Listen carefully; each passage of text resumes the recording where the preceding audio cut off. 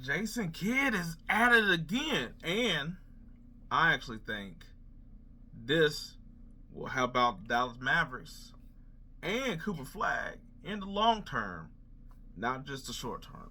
So, Jason Kidd basically, through a little bit of the preseason and start of the season, had basically let Cooper Flagg be the point guard. Now, this could seem a lot. This could seem, putting a lot on this guy's plate, at an early age. But at the same time, first of all, he's done this before. We all remember when he had Giannis' big old ass running the point. Did it? Was it successful? No. I was like, he wasn't going to be some transcendent 6'11" at that time point guard. But I do think it did help him on helping with his game, learning some other things from different points of views, and I think it shaped him of like today. And I was like, don't get me wrong, he still had to go through some things of learning or whatever, of like passing the ball earlier, whatever like that. But I think that's sort of why you see him with the ball in his hands the way that you do today, more than just he's the star player having the ball in his hands. I think it is basically like, hey, he got to be a point guard, which means, especially in this day and age, is that you're pretty much an attack first type of point guard. Now, he didn't have the shooting ability, so guess what that is? That means he's going to go downhill. And you see that in a lot of his games still here today. So, with that being said, the reason why I'm like, oh, okay, it is over here working good with Flagg is the fact that I think that I'm like, hey, I was like, he's going to go through some challenges, of course. But I think this is what basically, because I'm like, look, now I will say, unlike Giannis, he's not raw like Giannis. He's not basically a whole thing of clay that basically could be formed. I think that what sort of made Giannis unique about let's try him at the different position. Cooper Flagg already sort of had a pretty good ability of like being like passing and shooting, that driving, that I think already adds to his game. I think with the whole aspect of the point guard thing is like, one, I think that that's where he can have a better matchup than him trying to be a power forward or small forward, power forward in this league. Because I was like, yes, we have gotten to a positionless basketball. And yes, there are people that are shorter in some of those spots to take advantage of certain things. But I don't think that to me, I was like, I think this sort of will help him get further along in what everybody sees in his generation, old talent or whatever.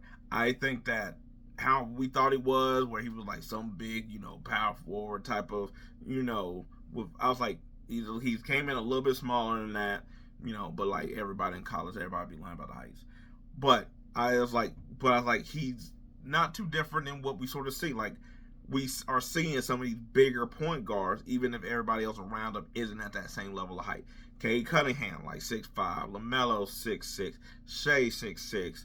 I was like, and I'm not saying that he's going to be these guys or he is like these guys, but I'm saying like he has enough quickness to where it's like it's not going to be a detriment of him being at any of those spots, and he's big enough to overcome anything that they are going to really dish out, because a lot of them are so big, a lot of them aren't like fast like how you just had them like pew, lightning speed like they used to be back in the day. I like De'Aaron Fox like 6'3", Dylan Harper, who when they play against 6'5", so I'm saying like they're this big point guard. So him not really the detriment that it is.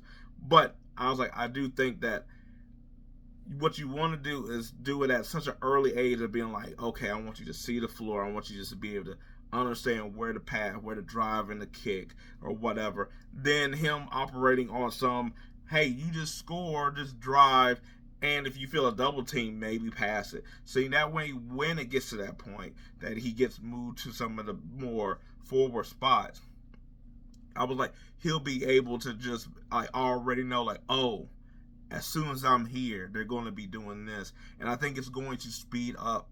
Like, it's going to be rough patches at the beginning. Yes, you could say that with a rookie in general, that they're going to be rough patches. But I do think that, but I was like, depending on whatever your job is, makes it look like how Dalton Connect came out firing last year, and then towards the end of the year, Wayne. Some of that might be, the coaching and rotation and stuff like that. But since his skill was shooting, guess what? That's a lot easier than just being like, hey, play point guard. Or if you're just like how Lively was able to come in a couple years ago as a rookie. And it's like, oh, run the rim and just rebound. And, add a couple blocks in there. That's a little bit easier than I was like, and if it's like, okay, cool, so we're trusting you to play, make, score, and all this other stuff. And yes, Anthony Davis and Klay Thompson's on the team and stuff like that. But you are the number one pick. You're not coming here to just sit behind. So I think that while it will be some rough steps here, I think that when it comes along later in the season, I think he'll be moved faster through the whole process because he's doing a position where that's outside of his comfort level. Also, to be honest, it's kind of a need for him because yes, you can have Anthony Davis break up the ball, you can have Klay Thompson break up the ball, but but that's not their role. They're going to be needed for other things. Right now, I was like, Cooper is really a luxury for this team. So guess what? I was like, you got decent enough passing skills. You got decent enough bringing the ball up or whatever. So it's like, hey, it's fine. And let's be honest. D'Angelo Russell is really six-man-esque at this point. Like in the ideal world, like you could say D'Angelo Russell and you'd be like, oh man, like I didn't think he was a bad pickup.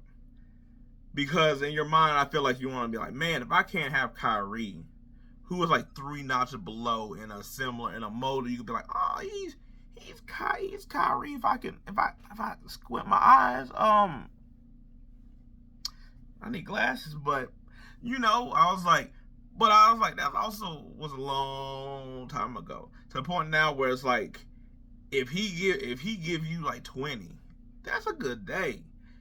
Otherwise, you're only relying on him for like 3 shots. He's going to turn the ball over or whatever. He one of those people also that's like, when they're not talented, he works better. But that's probably because he has to do all the stuff, and I think that's just better on the plate than not or whatever.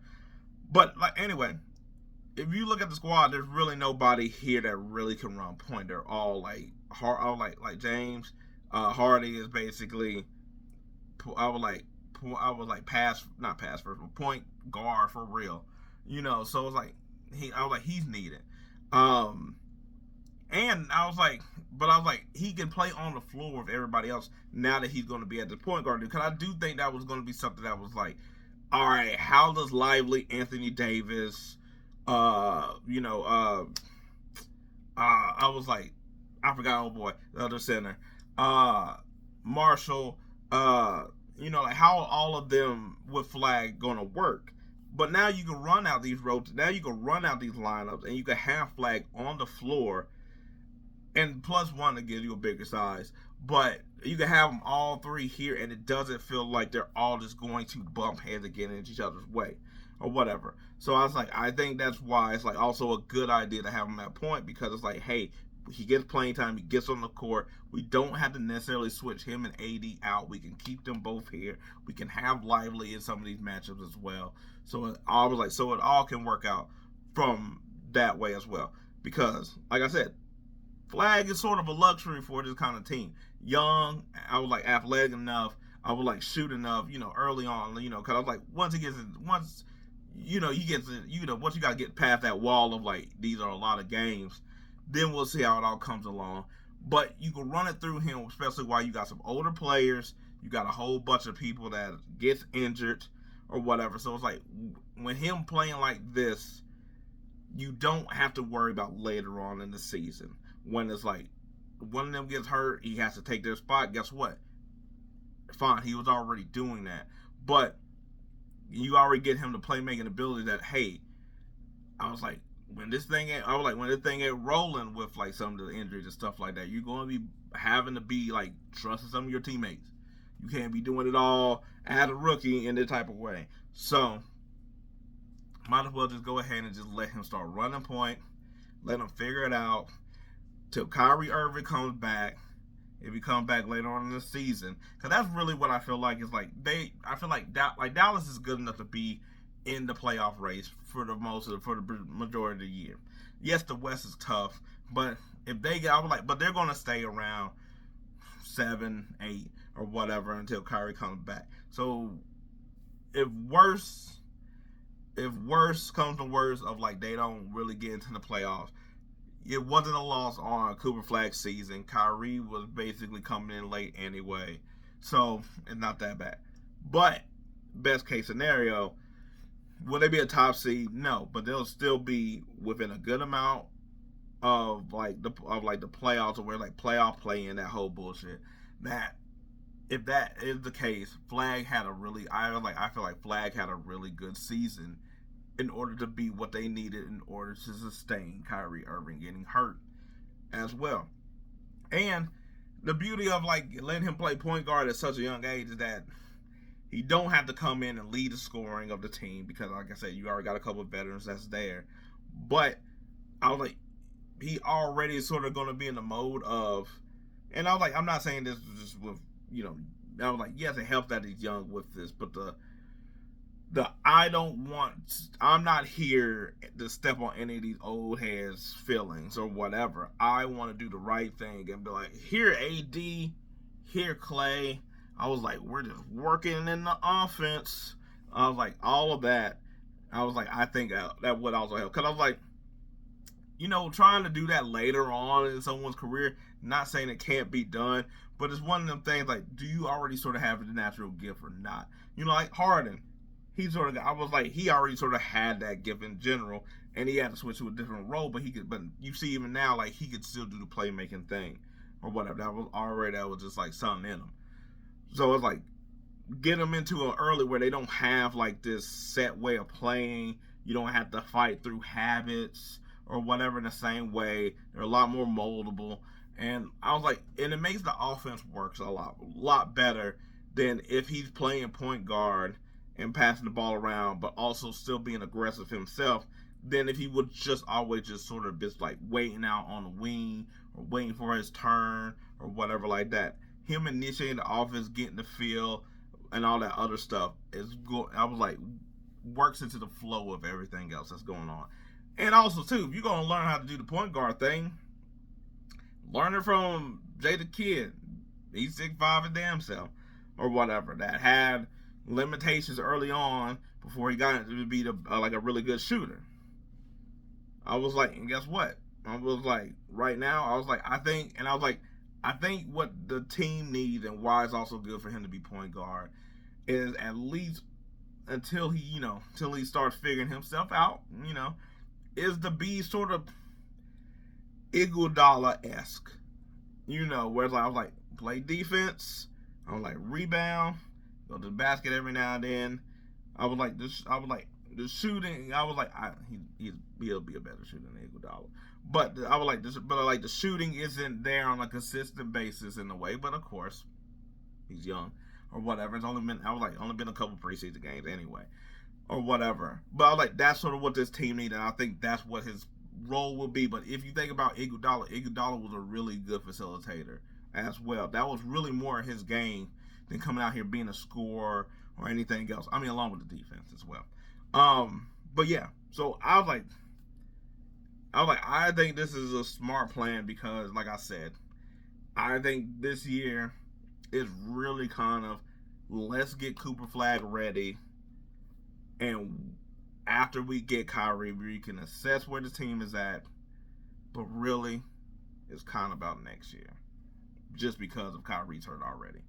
So I was like, it's gonna be some bumps and bruises, but I was like, I think they'll get it right. Anyway, that's my thoughts on the whole thing. Well, obviously, because you're here for the video, and if you made it this far, I appreciate it, because sometimes I just be talking.